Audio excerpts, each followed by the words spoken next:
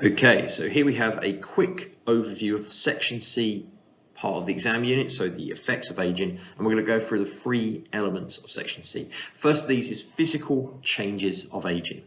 I'm going to overview the key points. If you use your textbook and your pack and the PowerPoint to supplement this, it will really help. So when it comes to physical changes of aging, the first thing we need to think about is that we've already done this before. We have discussed this as part of Section A. So when we looked at Section A, we talked about how skin loses elasticity, hair loses pigment, the reproductive system for women begins to slow down, particularly as they've gone through the perimenopause, the menopause by this point. However, for men, reproduction continues. Muscles become weaker, joints begin to stiffen and deteriorate. So we see things like osteoarthritis, spinal disc compression takes place and older people tend to shrink. Mobility is reduced, both in terms of gross and fine motor skills. Dexterity has weakened. Older people have difficulty regulating body heat. So very hot periods of time, very cold periods of time can have a more significant effect on them. And immunity to illness is weaker. The current issue with corona is a prime example of this, that most of the people who have died have been predominantly older people. So again, their immune system is less resistant to the effects of the virus. When it comes to aging, the other factors that we've touched on but never really explored in any much depth is cardiovascular disease. This is more common in older people, and it's to do with sort of fatty deposits on the arteries, high blood pressure. It can relate to stuff like heart attacks, coronary disease, angina. It causes a significant portion of deaths in the UK, and it really is down to lifestyle. So having a healthier lifestyle with diet, exercise, and obviously being sort of more mobile is going to reduce the risk of cardiovascular disease. More sort of sedentary lifestyles, high fatty diets, smoking, drinking will increase it. The next bit is degeneration of nervous tissue, which again we've discussed in earlier parts of the pack. So this is to do with the nervous system beginning to slow down. This means that nerves in the brain, spinal cord, and within the body are less responsive, and signals don't pass as freely between them. Normally, this is also linked with aging of the brain, so brain functions begin to decline as nervous tissue and synapses in the brain also slow down. This affects short-term memory and our ability to learn new material. So really, cognitive and intellectual ability is reduced. Reaction times become slower, and this can be related to conditions like strokes, dementia, and depression. So it isn't solely just to do with the obviously happening over time. It can be related to medical health issues. Okay, the next area we have is osteoarthritis, and I've added osteoporosis because it's just there is an area where we can get confused. Osteoarthritis is degenerative damage to the joints. Basically, the joints begin to wear down, they become damaged over time, and that comes from, that's a normal element of aging. It can, it can be related to being overweight. There can be family history of this, but really, as you get older, the bone wears. They're rubbing on each other. That damages them. Osteoporosis is just essentially the bones lose density. Now, this happens to women during the menopause, perimenopause. It can be a condition that you're born with, so it can be a genetic defect, but it could also just come from aging as bodies, a slower rate of repair, not absorbing as many nutrients from foods. So it can also be a natural part of aging.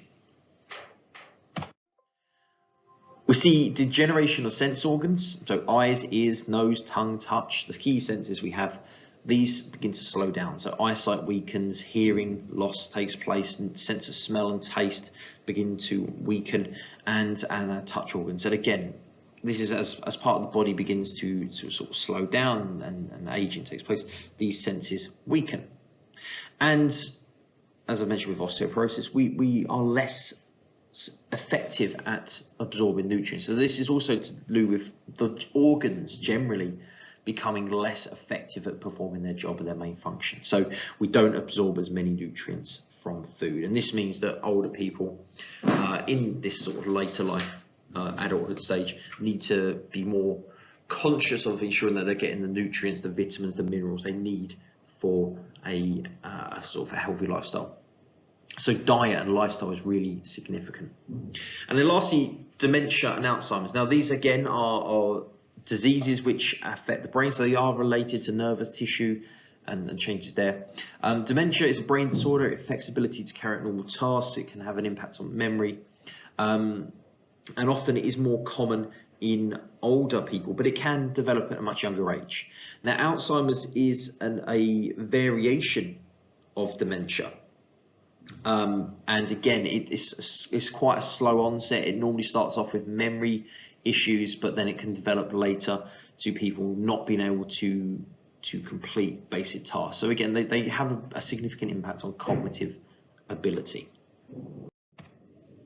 Now, the second section is psychological changes. So this is about how our mental health and our experience of aging changes, and this can be positive and negative. So the first psychological change is our confidence, our self-esteem, our sense of who we are. Now, as we enter older age or later adulthood, this can be positive for our self-esteem. We've accomplished things in our lives. People, they've achieved a family, a job, they've met their life goals. They may feel accomplished, and that can be positive. They can be proud about reaching later adulthood. On the other hand, people lose their jobs. They lose their roles from retirement. Their sense of identity, their sense of who they are can be lost. And that can also have a negative. Older people may also lose confidence because they see themselves as frail and old and maybe less valued now that they are in later adulthood. Another thing that can affect psychological well-being is to do with death of partner and the death of friends. So if a partner dies, that creates issues of loss, grief, bereavement. It can lead to anxiety and depression. People may feel less safe. They've lost their source of support. If you think back to Bowlby and attachment and resilience, you've lost your support network. And then same with death of friends. Again, as people lose their friends, they can become increasingly isolated. It can also be an unfortunate reminder that you are close to death, and that can be a sort of unsettling for older people in later adulthood. An increase in leisure time is something that comes from having retired and also entering later adulthood, and this can be positive because it means that older people have more freedom now. They can do what they want. They have time to spend on gardening, learning new activities, socializing with family and grandchildren, friends. However, on the flip side of that, this extra free time, these extra activities, that can cause more financial cost, and the loss of income from job and retirement means that you may not have the money to do these things. That can then mean that leisure time becomes a bit of a burden because you've got so much time, but you can't do anything with it. Now, relating to changes in employment. So again, older people's sense of self can change when they lose their job, but also change in role. So most older people, they are parents, they have children, they feel they have a role and a value and a role within the family. As people get older, this can change. So in a positive sense, older people can adopt new roles. They can become the grandparent. They can help their children by providing childcare. That gives them a sense of purpose. That gives them a role in the family. However, older people, as their children grow up and leave home, they no longer, empty nest syndrome. They feel that they've lost their role, their purpose. Their children have grown up and they can look after themselves. They don't feel needed. So that can be difficult to adapt to. And last but not least, discrimination is quite key. So although we have legislation like the Equality Act that prevents discrimination, there is still a significant amount of discrimination against the elderly. So negative stereotypes about old people and their value and that they're worthless, that can have a negative impact on older people and their well-being generally. Also within psychological changes, two key theories. The first of this is social disengagement. Disengagement means withdrawal from society or taking part in activities less. Now, this is introduced in 1961 by Cumming and Henry. Now, their main argument is that this is natural, this is normal. As older people age, they withdraw from society. And this is to do with the fact that they're less involved in employment, with community groups, their partners die. It could be related to stuff like ill health, geographical mobility with children moving away, retirement, ill health. So they saw it as a natural process that older people withdraw from society are less involved in society. But they were writing in 1961 when transport wasn't what it is today, when technology didn't have everyone connected to one another. So at the time, it probably would have made more sense, but nowadays in sort of a post-modern society, this probably is less relevant and less applicable to society today. But still one to consider, older people do become detached from society. On the opposite side, we have social activity theory or activity theory. And this is the opposite. This is a bit more optimistic. Now, again, it was also in the 1960s, a theorist called Havenhurst. And he rejected the idea that older people become isolated. And he said that actually, in retirement, older people have more time, they have more social networks, they build on their relationships. So again, looking at the idea that the social and psychological development of older people really improves because they have more time to take part in activities and groups, to spend time with family, friends, children. So this is all really positive for older people and their self-esteem. And last but not least, we have societal changes. Now, the first thing I want to flag up is this idea that we are an aging population. We have an aging society. The number of people aged 65 and over is predicted to continue to grow. And this little graph on the screen at the moment just represents that over the next 25 years, we are going to see the number of older people increasing and at the same time the number of younger people decreasing. So we are an aging population. Now, this has a big impact on lots of different areas of society.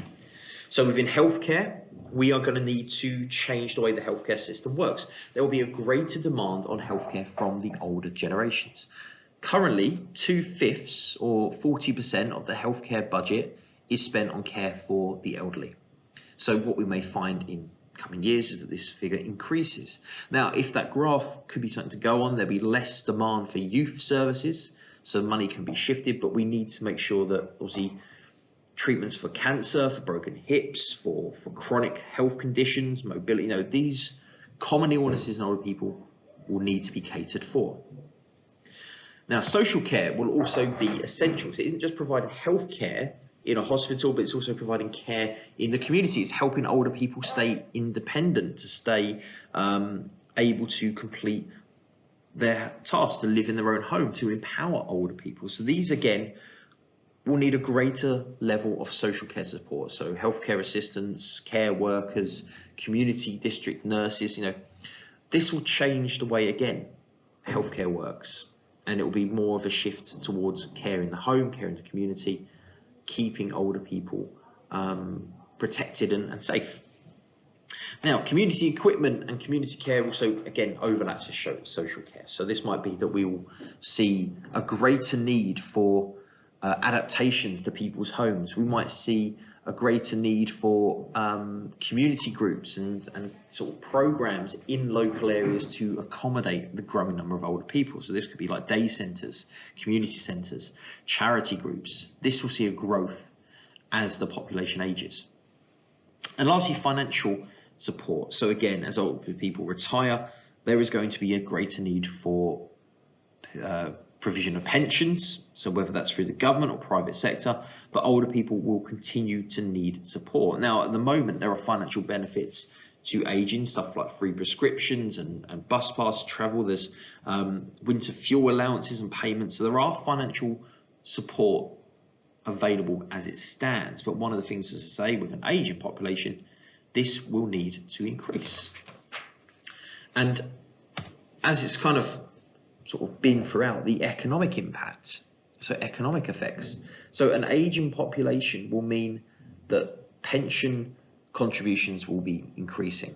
This means that taxes will potentially need to increase. So we'll have this dependent population of older people who will need to be financially supported by the working population.